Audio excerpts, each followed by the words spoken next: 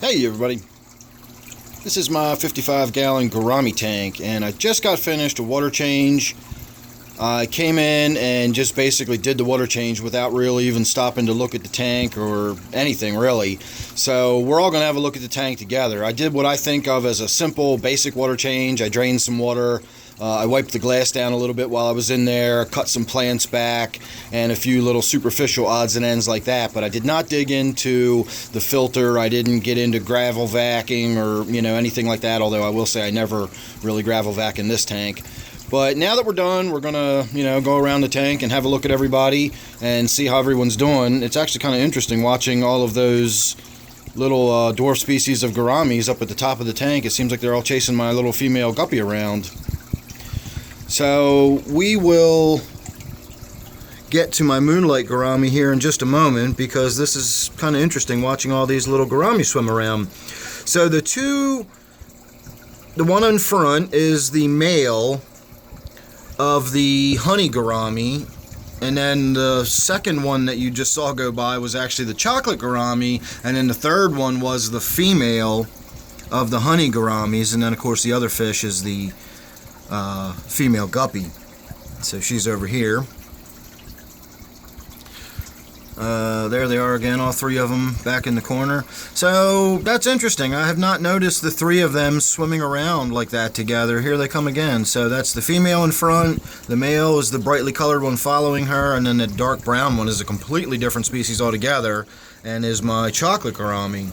So again, interesting watching them all interact like that. But I'm glad to see it, because the chocolate gourami is one of those fish that's sort of a finicky fish, and it's not unusual for people not to have good luck with them. So seeing how plump it is and seeing how active it is and swimming around interacting with the other fish, it's pretty much fearless. It's not intimidated by anybody. It might dart away, but it comes right back. You can see the way it's backing away from that angelfish, not running away from it. So that was kind of interesting to see too. So the other thing I've got going on in the tank at the moment is my poor Moonlight Gourami. You can see her over here. She's got a swim bladder that's not working properly, and so she needs to lie on top of something because she can't stay afloat by herself. And she's been doing it quite nicely in the floating water sprite here, but part of the water change was getting in there and cutting the plant way back and cutting a bunch of the sort of dying off stuff and some of the stuff that was more covered in all the superficial growth and everything. I cut some of that back to clean it up. I let a little more light in, and as a result, the whole sort of plant rolls over, and the root ball's now facing sideways rather than down, and the branches are wrong. And so she's kind of discombobulated. Her little normal, laying up in the branches spots are all gone. So she's now lying down here. But it's only been about 15 minutes since I finished the water change. So by tomorrow she'll be back up into lying up in the branches where she likes to be near the surface. And even where she is, she's fine down there, as long as she's not expending just endless energy trying to stay afloat. Then I think she'll be okay.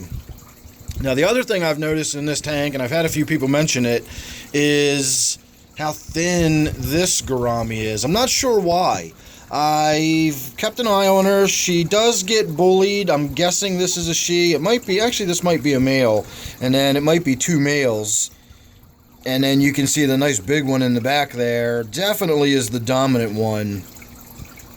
So this to me is looking like a situation I've had in every case where I've had two gouramis of the same species and either two males or two females. You'll notice I only have the one Moonlight in here. That's because the other Moonlight just never really grew. It always got bullied, it always kind of held out in the corner, and eventually it just sort of withered away and died. The same thing with my opalines. I had two female opalines in here after I had gotten two that sort of got along. And slowly but surely, gradually, one of the opalines dwindled away until that one really aggressive one that I had up until about a year ago, I guess. She was the last of my opaline gouramis. And so this kind of seems indicative. You can kind of see what's going on there. Not hyper aggression. We're not talking about damaged fins or anything like that. But you can see that the more dominant one is just always sort of aggressive to this one and usually keeps it pushed back into a corner somewhere. So when I feed the tank, I always try to make sure I find this one now, and you know, if it's back in this corner, I'll make sure I put some food back there. And it seems to be getting plenty of food. So now that I'm paying special attention to it, we're going to have to watch and see and make sure it starts putting weight on. If it doesn't, then I'm not really sure what to make of it, because it didn't, you know, it hasn't been skinny like this all its life, that I know of anyway. I've never noticed it not really putting on weight or growing normally. I got them both at the same size at the same time. I would imagine if this fish was suffering from a parasite or something, which would be, you know, a natural assumption when you see a fish that's so skinny like this, that's getting plenty of food and yet is still skinny. You know, a parasite is not an out of the question sort of go-to thought there. But I don't know how and where and when she would have picked it up, because I don't think she's had it her whole life and has, you know, struggled to get to this age. You know, this to me looks more indicative of a fish that's being bullied by the bigger gourami, and as a result, we're starting to see this sort of withering behavior. So maybe I'll get her out of there if I can, and separate her into the quarantine for a little while. I guess maybe I could even try medicating her, and then maybe we could move her into another tank or something. But for now, I'm just going to keep an eye on her. I'm going to make sure she's getting plenty of food, and we'll see what happens with her. As far as everybody else goes in the tank, nothing really else that I can think of to talk about. I am getting a little frustrated with my striped Raphael. I swear it never moves anymore. It goes through odd periods where it'll come out all the time, and I'll get so much video of it, I will literally have people complaining, like, dude, can't you shoot some video of another fish? And I try to explain, like, I'm trying to get all the video I can, because at some point it's just going to go back to doing this, and we're going to see its tail sticking out. And when I put food in the tank, nothing, it doesn't come out anymore. I never even see it turn around, so its little face is sticking out. So hopefully over some time things will change and it'll decide it's going to start coming out and being more active again, and we'll get to see our striped Raphael a little more. The other fish I was asked about recently that I completely forgot about, I'm not going to lie, is that red-tailed loach that I have in this tank that basically lives underneath that big block of wood right there. And as far as I know, it's still in there. I have no reason to believe it's dead. And I did just see, I can see some tail and stuff kicking out. You can see all that, you know, stuff's kicking out. And now that I'm looking closely, that's definitely a red tail. And we know it's not my clown loach. So, yep, it's still alive.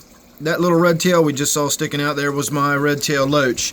And then lastly, we can have a look, sort of, if we can see him back there. You can kind of see his head sticking out from behind that wood. Is my, well, now he's going to not cooperate and go back and hide now.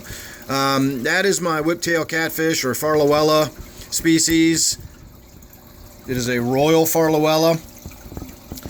And it's a fantastic fish. I really love it. I wish it was out a little more. I see it up on the glass fairly frequently now, and it hangs out on the wood here fairly frequently. So it's not a shy fish.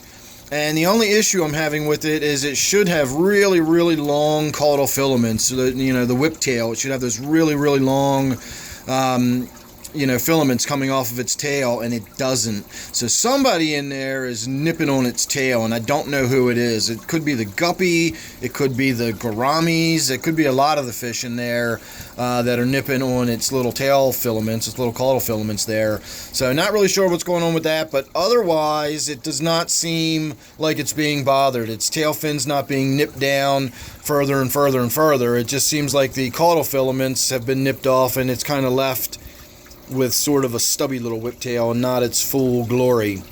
So that's about it. Otherwise, it eats well, it's growing, it looks good, and I can end the video on a somewhat happier note and show you that already my Moonlight Gourami has found her way back up into the branches up there where she likes being up near the surface.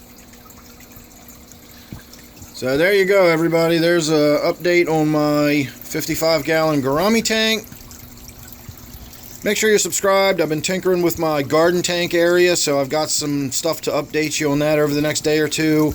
I'm not directly in the path of Florence, but I'm not far north of where she's going to make landfall, so I've been getting a lot of rain and cloudy weather and stuff the last day or so anyway, and I'm expecting to be sort of cooped up in the house over the next 4 or 5 days as the storms and everything sort of push through the area and whatnot. So look forward to some more video of me tinkering around with my garden tank, because I'm going to be indoors for the next few days. Alright everybody, make sure you're subscribed, that way you won't miss anything. Thanks again for watching this one. Don't forget, this one is my Gourami tank, and I'll see you real soon in the next one.